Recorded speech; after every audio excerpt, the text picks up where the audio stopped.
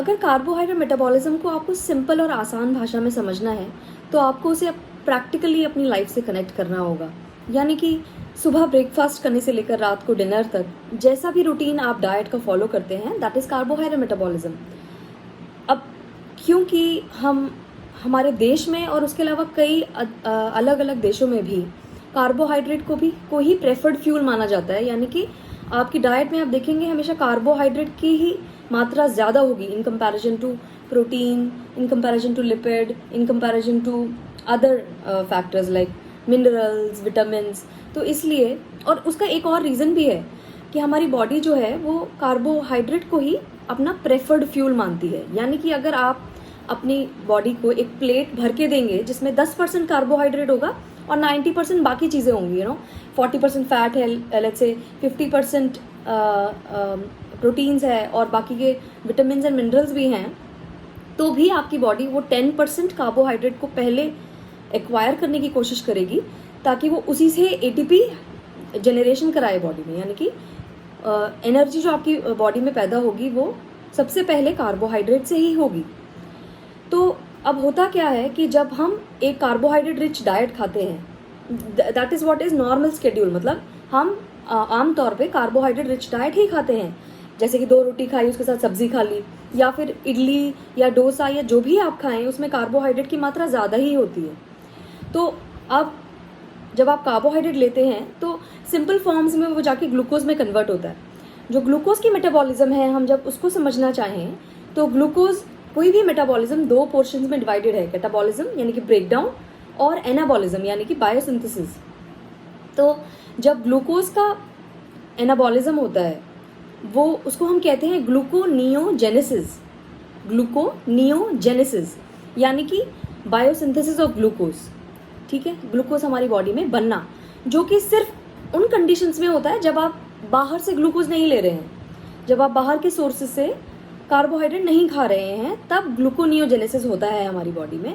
Generally ऐसा तब होता है जब हम स्टारवेशन कंडीशन में होते हैं, यानी कि जब हम बाहर से खाना नहीं खा रहे हैं या फिर हम बाहर से कुछ जो डाइट खा रहे हैं उसमें कार्बोहाइड्रेट नहीं है।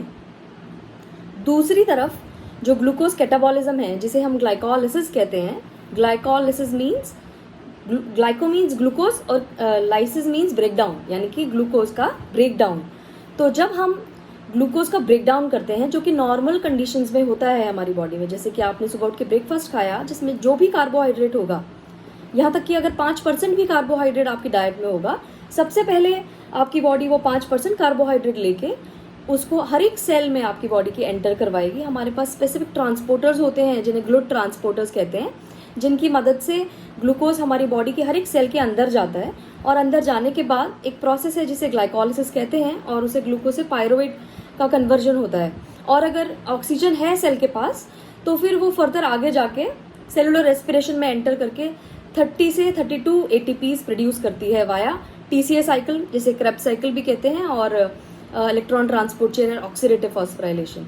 तो ये जो सारे स्टेप्स हैं सेलुलर रेस्पिरेशन के, इसको हम कंप्लीट ऑक्सीडेशन ऑफ ग्लूकोज भी कहते हैं, जिसके थ्रू बॉडी 30 से 32 एटीपीज प्रोड्यूस करती है। तो ये हुई 2 बातें, यानी कि आपकी बॉडी जब वेल फेड स्टेट में है, यानी कि आप अच्छे से खाना खा रहे हैं और उस डाइट में कार्बोहाइड्रेट्स भी हैं, तो उस टाइम पे क्या होगा कि जो कार्बोहाइड्रेट्स हैं आपकी बॉडी में, चाहे वो ग्लूकोज हो, क्योंकि ग्लूकोज सिंपल कार्बोहाइड्रेट हम उसे मानते हैं, उसके अलावा जो भी आप कार्बोहाइड्रेट खाते हैं, जैसे फ्रुक्टोज जो कि फ्रूट्स में होता है, या फिर गैलेक्टोज जो कि मिल्क से आपको मिलता है। मिल्क शुगर को हम कहते हैं लैक्टोज, जो कि एक डाइसेक्राइड है, यानी कि made up of 2 monomers of carbohydrate है। तो जब वो लैक्टोज यानी कि ग्लूकोज प्लस गैलेक्टोज जब वो टूटता है तो जो ग्लूकोज बनता है वो ग्लाइकोलिसिस में एंटर करता है, जो गैलेक्टोज बनता है वो भी ग्लूकोज में कन्वर्ट होके ग्लाइकोलिसिस पाथवे में एंटर करके कंप्लीट ऑक्सीडेशन उसकी करा दी जाती है। अल्टीमेटली आप जो भी कार्बोहाइड्रेट खाएंगे उसे बनाना एटीपी ही है, राइट।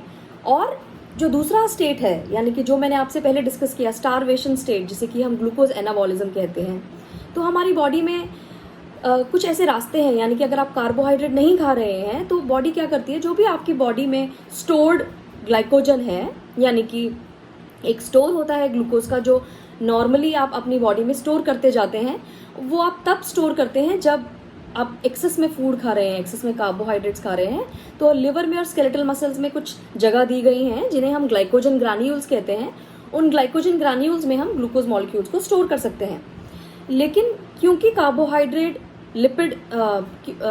क्योंकि कार्बोहाइड्रेट्स जो हैं वो वाटर सॉल्युबल हैं, सो दे रिमेन हाइड्रेटेड, क्योंकि हम उन्हें कहते हैं कार्बोहाइड्रेट्स। दैट मीन्स कार्बोहाइड्रेट हमेशा हाइड्रेटेड रहते हैं, तो वो ज़्यादा जगह कवर करते हैं बॉडी में। यानी कि अगर आप 120 ग्राम कार्बोहाइड्रेट स्टोर करते हो तो वो 120 ग्राम में वाटर भी है।